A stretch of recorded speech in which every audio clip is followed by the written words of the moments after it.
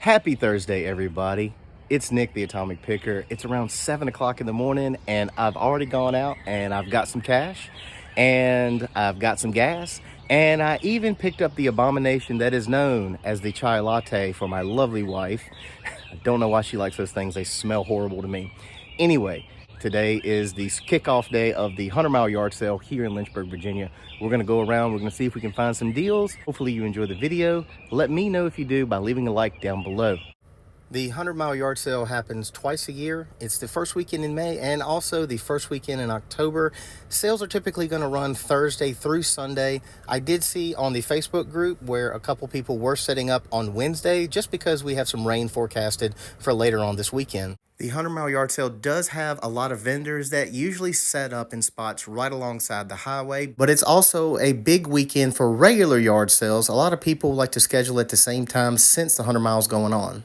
We spent around 4 hours out this morning picking on a Thursday. I'm going to give it around a 5 out of 10. It's not horrible, but we just didn't really find much of anything to resell. I don't think a lot of people are set up yet. I think a lot of people are going to be set up for tomorrow and Saturday. If it happens on Saturday, it's supposed to rain, so hopefully this rain will go away. We can find some more deals throughout the weekend.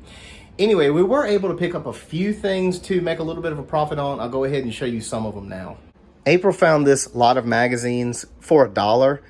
It's Look magazine from 1967. Now, all of these are centered around the JFK assassination. This was a 4-part series that Look magazine did. And it looks like these 4 sell for around $15 to $20 in a lot.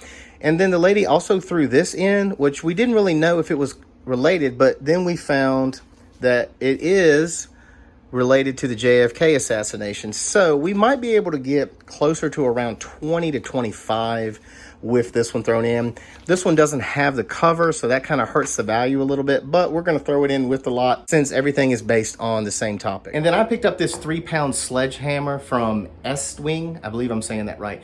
Estwing.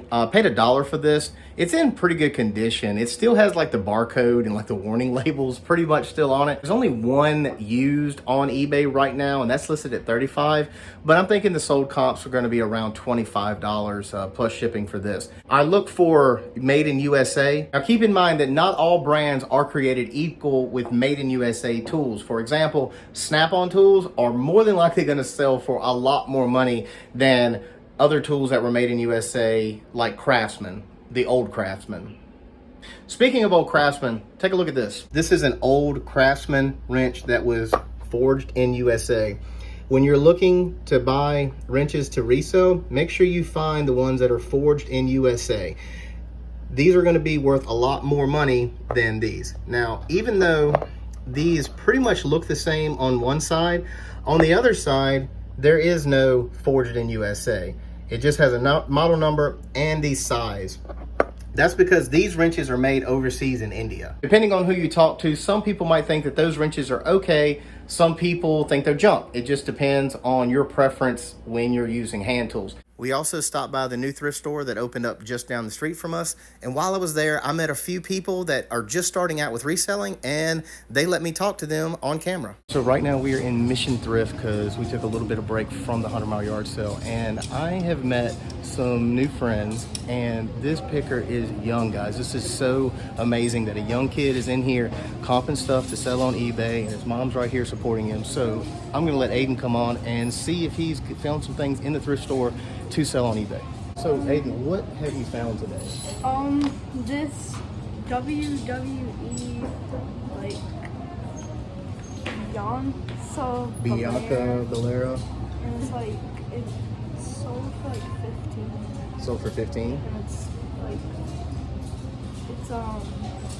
you can buy it for 3. Buy for 3. So does it have a good sell-through rate, or is it like a bad sell-through rate? I think it's like Medium? Yeah.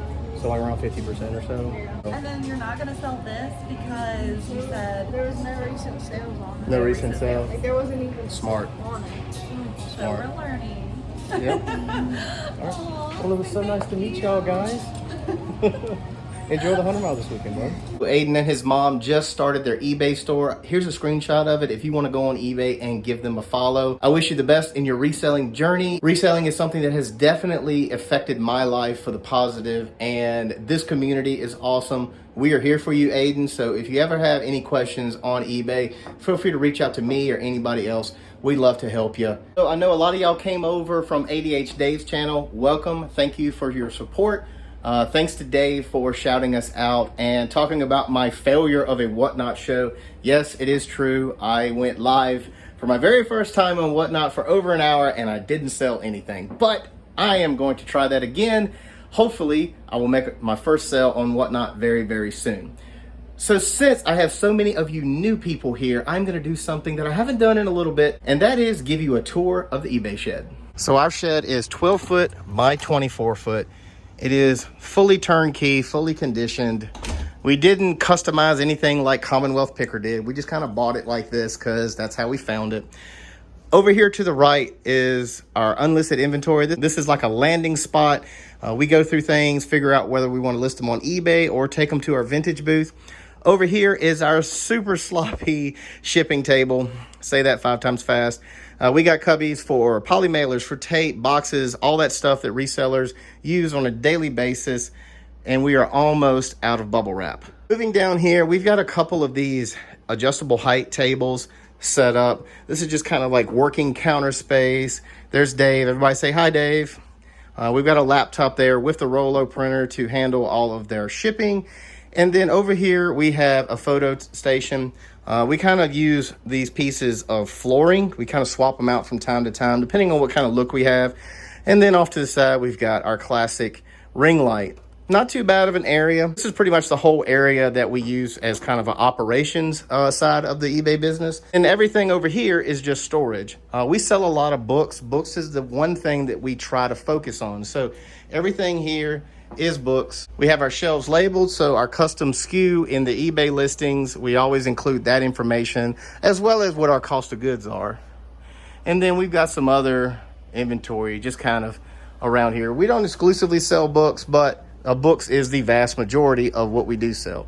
And then way in the back, we do have a shoe rack. And everyone's favorite thing this time of the year is the air conditioner. So we've had this shed for around 5 years, and it does a great job of supporting our eBay business. But we can always use more space. So we bought a second shed, and we're gonna go take a look at it right now. There's my old rusty truck. And then right back here is the new shed. This one is a 10 by 16. And it is a high ceiling double loft. As you can probably guess by now, this shed doesn't really have anything to do with eBay. This is actually going to be my son's garage, but I think that this shed design would work very well for resellers. You got your loft storage up here on both sides, and what I like about it is that it is plenty high to walk underneath. You have a ton of space. Under the lofts, you can put a desk or a shipping table, anything that you wanted to customize, you could kind of pretty much do underneath the lofts. In between the lofts, you have enough space for a full-size garage shelving unit. You could have one there. You could also have one on the opposite wall. This shed came pre-wired for one light and then one outlet right over here. Eventually, I'm going to put a concrete pad in front of that shed and then put a carport on top of that. That's probably going to take me around a year to get the whole thing complete, so make sure you stay tuned on the channel. I'll give you updates as they happen. So all in all, today was a pretty good day. We got to do some sourcing, and we met a few new resellers, so not too bad. All right, guys, that's going to wrap it up for this video. Before we say goodbye, make sure you click that subscribe button and also ring that notification bell. You'll be notified whenever I post a new video on the channel like this one. Also, hit that like button if you enjoyed your time here. So until we meet again, my name is Nick the Atomic Picker, reminding you that the greenest plant is the nuclear plant.